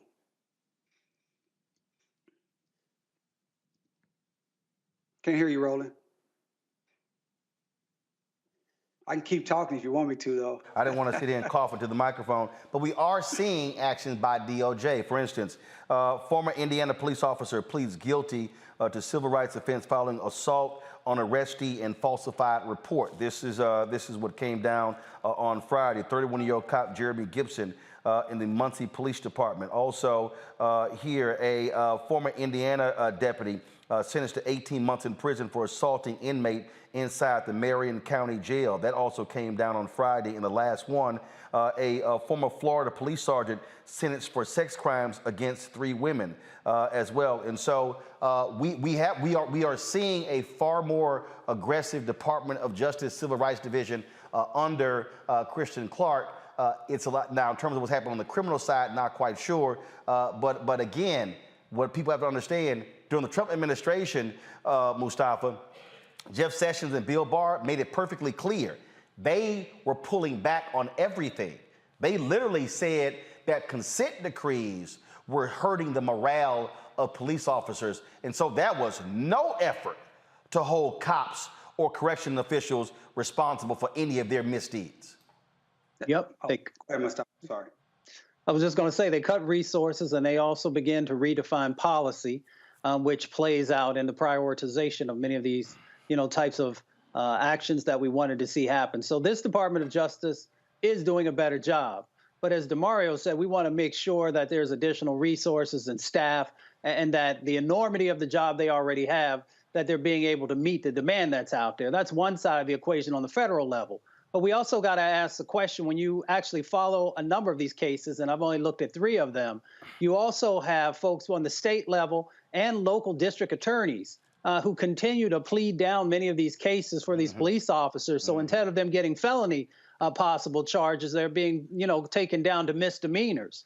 And we also know that if you have a misdemeanor on your record, you may still be able to keep your job, or you might be able to go and get a job in another area, another county or another state. So we've got to really begin to unpack what's happening at the more local level as well, and why there continues to be this lack of focus on humanity in our communities and a lack of positive action in relationship to those who continue to do harm inside of our communities. Well, which is why, Teresa, I keep saying elections matter, because we could talk about the federal government all day, but we have to be showing up and making sure people are running against these district attorneys, because when we talk about criminal justice reform, it starts with the DA. In fact, the DA, before you even get to the judge, it's the DA. That person can decide what they charge, how aggressive they charge. Do they offer adjudicated? Do they offer, in terms of, different types of sentencing or reforms? And so we can't ignore that reality too. Yeah, because if we keep ignoring the reality that district attorneys that are in that position in order to do their jobs, in order to protect the community, I kind of look at the district attorneys as, the first line of defense for communities, for Black and brown communities. So if there is an issue, yes, we're calling the cops, but then we're looking for justice. And justice seekers are looking for our district attorneys to stand up. And a lot of times we're just not getting that. And I also believe it's a part of the team. There's not just one district attorney without a staff of other counsel that is leading some of these cases. So picking the right team members who are on the same agenda as a district attorney is also another result in getting some of those cases to where it needs to be, as in justice served and justice delivered. So, again, I'm also going to get back to the same point that you hit on, Roland, where elections matter. And again, today, before the polls close in Pennsylvania at 8 p.m., we now are, again, trying to vote. Well, not district attorney this time, but we are voting some very, elections that are serious on the local and state level. And so, a lot of the things that people have been asking about, we've been asked about, more economic impact, more criminal justice reform, more equality, more fairness. And we can't do that if we don't go vote. So I'm hoping that the voter turnout has been high. But again, we just can't keep complaining. We actually got to start doing something. And the power of the pen really does lie with the people. Indeed. All right, folks. Damari, go ahead. I was going to say one thing. I always talk about the federal government. Remember, I'm in Oklahoma, and it's as red as the red states. It's been Trump for 25 years, and black people are only 7% of the population. So that's one. And two, I just wanted to make the point that, yes, the DOJ is doing better now, but it went so low. If it's at 5 and it goes to 0 and then you take it to 2, yeah, you're doing better, but you didn't even get back to where it should be, let alone getting to where it really needs to be. So that's the point I wanted to make. Well, actually, I mean, I think this DOJ is probably even being more aggressive than the Obama DOJ. Well, absolutely they are, because I mean that's a whole show we can do that people want to talk about. The Obama administration was. I mean, I'm just going to say it. It was not the transformative administration that we all stood in line for, campaigned for, like I did, you did, and we were hoping we were going to receive. It simply was not. And the best example of that is the election or the appointment of Merrick Garland to the Supreme Court, and not an African-American female at that time. All right, folks. Well, you know what time it is. No charcoal grills are allowed. I'm white. I got you, Carl. Illegally selling water without a permit on my property. Whoa! Hey! You don't live here. I'm uncomfortable. Well, if you want to understand how white domestic terrorists are created, all you got to do is look at this story here. A woman on Instagram named Carissa Nash posted this, quote, "This kid comes to my door with a whip looking for my 9-year-old daughter, then puts a big-ass scratch on our Audi. The police came out and tells us it'll work itself out since he's moving soon. So when my husband got home, we went to talk to him about the damages done to our vehicle. The dad tells the son to say he's not there. A couple of minutes later, he finally comes to the door with a gun. He almost shot himself and his daughter standing behind him, SMH. Here's the video. I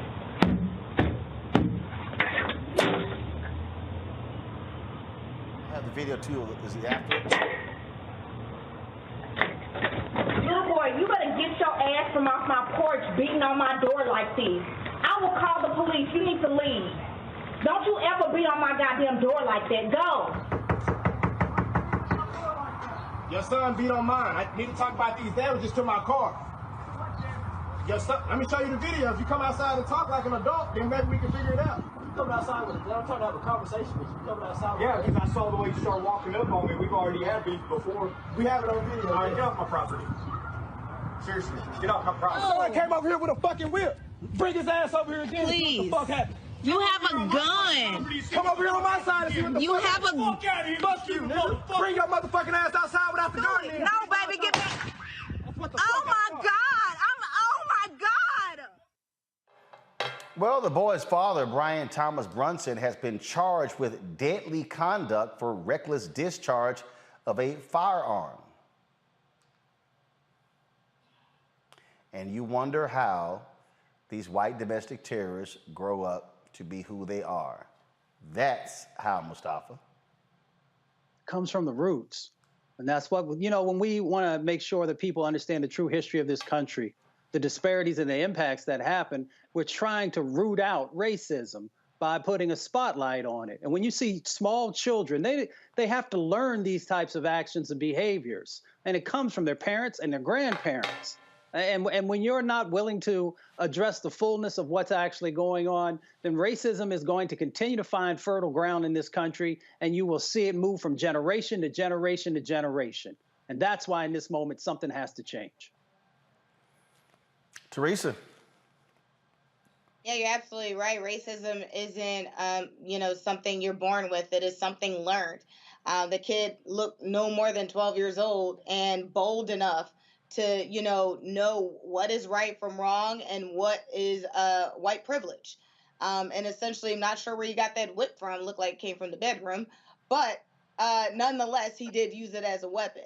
And then for the father to not even have, the audacity to just respectfully have a conversation with the parents about their kid, it tells you the type of parenting. So outside of the charge, DHS needs to make a house call to assure that not only that kid is safe, but he's getting the right attention where he needs to, get some counseling for his type of behavior. DeMario.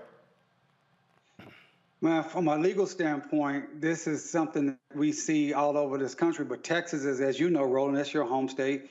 You don't have to have a license to have a gun, and it's a stand your ground state. And so, even trying to sue this parent into the door with a gun, I don't know if it's going to go anywhere because of what I just named. And then, from a practical standpoint, it really highlights the difficulty we're living in this country. Do you call the police on this scenario and risk police coming over and shooting you or beating you because you're a black person calling the police? Do you move out of the neighborhood because you moved into the neighborhood hoping to get a better place, maybe a better school system? So you move into a white neighborhood, but now you got to deal with these racist white neighbors. What do you do here? I mean, it's really, really difficult to figure out what's going on here. Obviously, the little boy was wrong. And the kid and the father coming to the door with a gun was not the most practical thing to do, but he had a right to do it. Family, I've really been thinking about what is their recourse here. They can bring a lawsuit. I don't know if it's going to go anywhere. Do you call the police? I don't know. It's a tough deal. All right, folks. One more.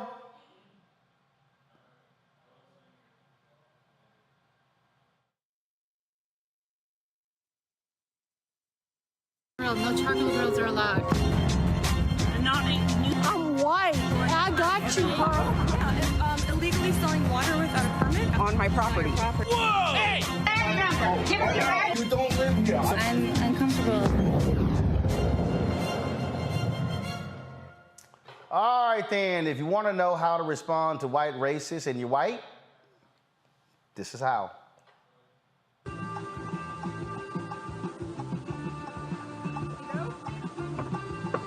Hello, for Jackie, right? Yeah. How are you? Yeah, you're like a white guy.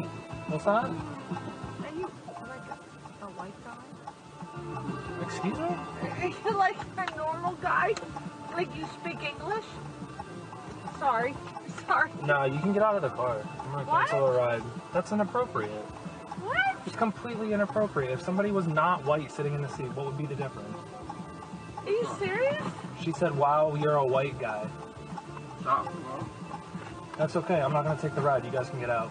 Really? Yeah. Completely inappropriate. Oh, you're a fucking asshole. It's all on camera, man. Piece of shit. It's all on camera. I should punch you in the fucking face. You're going to threaten me? Yeah. Assault? Yeah. Fuck you. Wow. Because you guys are racist fucks. You're a fucking asshole. Yeah. Fucking nigger lover. Fuck you. Get the fuck out of here. No, I'm calling the cops on you, man. Go ahead. It's all on camera. It's all on camera. Big deal. You guys own the place. Is it your place? Get the fuck out. That's great. Everyone's going to know. Fossil's last stand for black people, right? Get going. Yeah, fuck off, you. That driver is James Bode. People have been praising him all across the country. And the bar owner, they've been lighting them up, folks. The bar owner is owned by a Jackie Harford. They have shut down their website and their Facebook page, and she's deleted her personal page. Folks have been filling up reviews regarding this bar, and they have been exposed for being the racists that they are. Teresa, if you're white, that's how you're supposed to respond to racism in America. Absolutely. One of the messages I got from it was, just even the interaction, like, oh, wait, the driver's white. Like, he's not supposed to be white and a driver, right? He's supposed to be someone of color that is in that position, because it's like maybe a below position.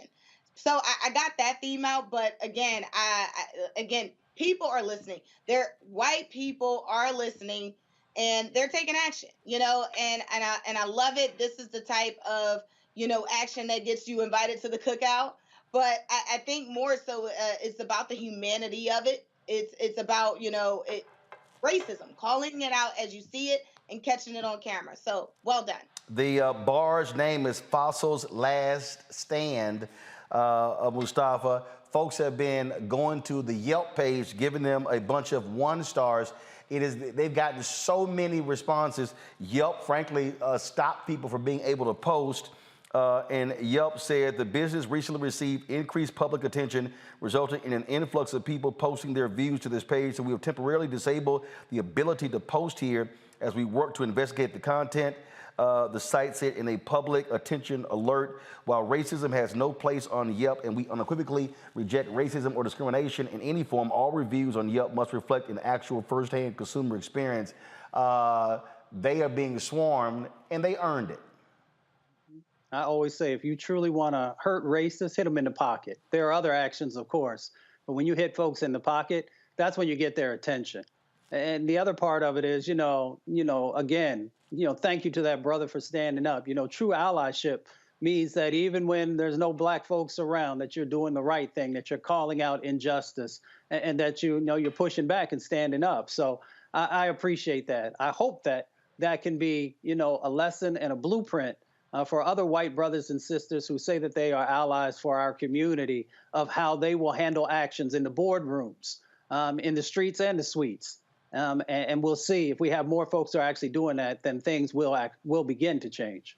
I'm trying to pull up this tweet here. A lot of folks, there were people who were saying, hey, how do we, donate to this guy? Because he's now gone public as well. A little hard for him to also drive and just having some issues here. Let me just go ahead and read it. He said, guys, the donations, while I did use some of it wisely to get a solid financial foothold while I transition to a new line of work, I would like to donate the rest in future donations to a cause representing the victims of discrimination. I will do my research and decide accordingly. And because, in fact, early on when people were responding, first of all, I think he's added about 40,000 plus followers in the last 48 hours since the story went public. And then I'm looking at one of the tweets, because earlier when they first started, he basically said, hey folks, this is what you're supposed to do. This is how you're supposed to respond to Mario.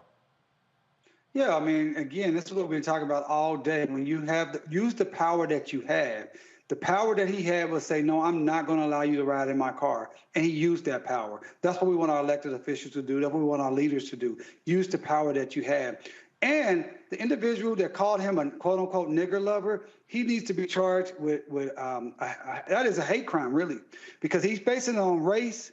And he threatened him with assault. And that is really deadly words to call a white person a nigger lover. We know what that means. We know many white allies have been killed, have been beaten because they were, quote unquote, a nigger lover. So I'm so glad that was on video. I appreciate that brother showing what it means to be a real ally. And I hope President Biden and Representative Nancy Pelosi and all other congressional leaders can look at that, because we know what allyship really looks like. It looks like that video. And it does. All right, folks, got to go to a break. We come back real quick. We're going to give you some updates on some election information. Of course, primaries are taking place today. Kentucky, Pennsylvania, North Carolina, and we'll give you some of that. And we come right back on Roland Martin Unfiltered on the Black Star Network. I'm Deborah Owens, America's Wealth Coach and host of Get Wealthy. Let me hit you with a few numbers. African Americans spend 9 times the amount on ethnic beauty products, and yet only own 1% of the beauty supply stores.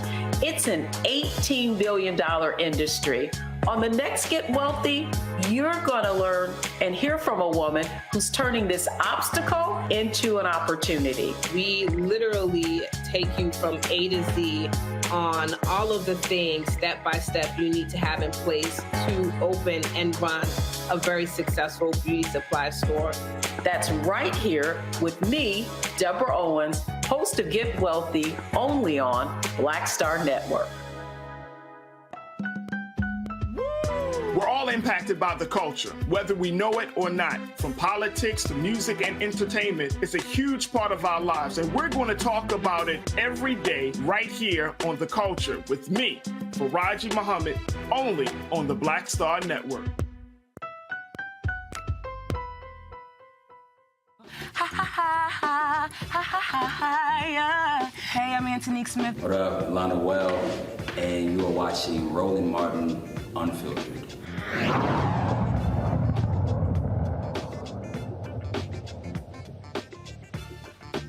All right, folks, some early results are coming in. Sherry Beasley has secured the Democratic nomination for the North Carolina Senate, U.S. Senate race. And so that has actually happened in Kentucky. Charles Booker is the Democratic nominee for the U.S. Senate race there as well.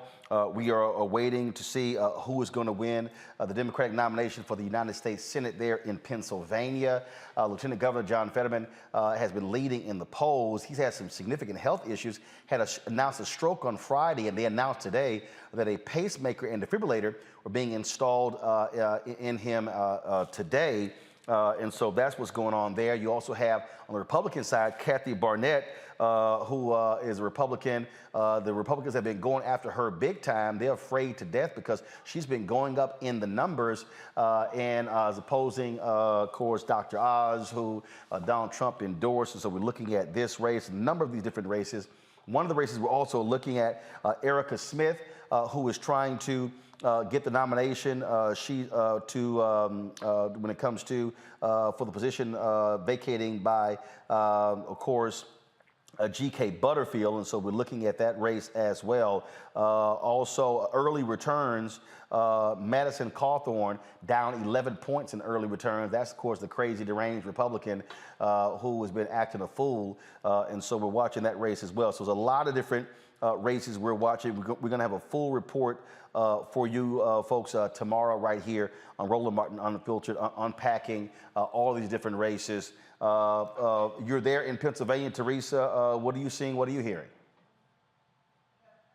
Yeah, you know what? It's been a very interesting time. Like I've probably have been just so grounded with some of the folks that are working on some of these campaigns for U.S. Senate.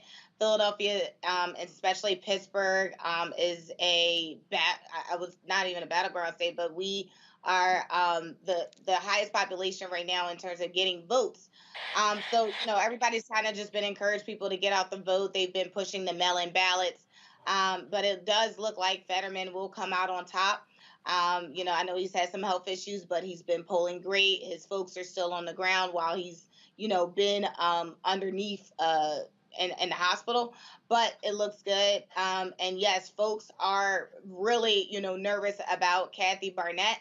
The African-American woman, I know she was a part of the insurrection. She bought some buses. She went up there and said she was protesting, but she's giving people a run for their money because she is saying the right conservative talking points.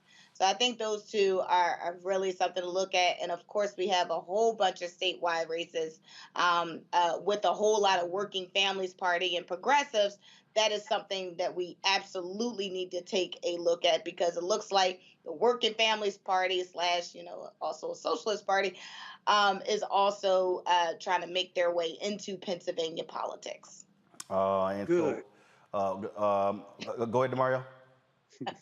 I said good. We need more parties, and socialism is not a bad word. We've gotten so tied up in this whole system of governance that have enslaved us, brutalized us, exploited us for 500 years. We need something new, period. Mustafa, final comment.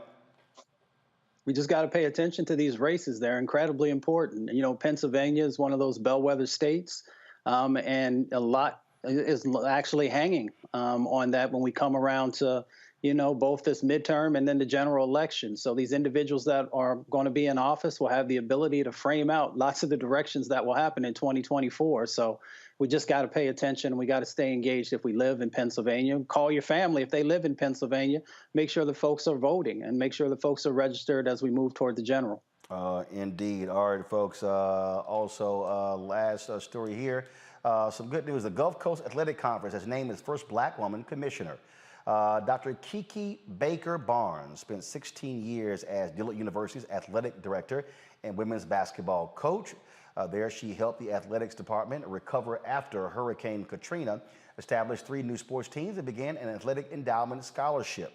She will begin her role at the end of this academic year. So certainly congratulations to her. All right, folks, that is it for us. Demario, Teresa, Mustafa, I certainly appreciate it. Thank you so very much. Folks, tomorrow I will be broadcasting from Cedar Hill, Texas. I'll be broadcasting there. I'm actually moderating a town hall forum with Jasmine Crockett, who is running to replace, to fill the position of Eddie Bernice Johnson. It's Congresswoman Eddie Bernice Johnson. It's a runoff taking place there between her and Jane Hamilton. I'll be doing the town hall tomorrow. Jane Hamilton will be on Thursday's show, so look forward to that. And of course, on Friday, I will be in Houston presenting 2 of the scholarships that I funded at my high school, Jack Yates High School. And so look forward to that. So I will be in Texas for the next 3 days. Looking forward to going back home. It's always good to be home. Folks, don't forget, if you want to support what we do, please do so. Download our Black Star Network app. It's important for us. Our goal is to hit 50,000 downloads and then hit 100,000. You can download to your Apple phone, Android phone, Apple TV, Android TV, Roku, Amazon Fire TV, Xbox One, Samsung Smart TV. We also want you to support us in what we do. Trust me, your dollars make it possible for us to be able to cover the stories all across this country. It matters for us to be able to pay our staff, for us to be able to do the shows that we're doing. Hope you are enjoying the shows by Faraji Muhammad, Deborah Owens, Reverend Dr. Jackie Hood Martin, Dr. Greg Carr on the Black Star Network. We got some other shows that are lined up as well. So in order to support us in what we do, please, P.O. Box 57196, Washington, D.C., 20037-0196. The Cash App is $RM Unfiltered. PayPal is R Martin Unfiltered. Venmo is RM Unfiltered. Zelle is Roland@RolandSMartin.com. Roland@RolandMartinUnfiltered.com. Again, so that's if you want to support us, please, that's how you do so. That's our only Cash App, only PayPal, Venmo, and Zelle. If you want to use a credit card, simply go to RolandMartinUnfiltered.com, and you can use the Square app to be able to process your credit card as well. Folks, that's it. Thank you so very much. I'll see you guys from Texas tomorrow. Holla!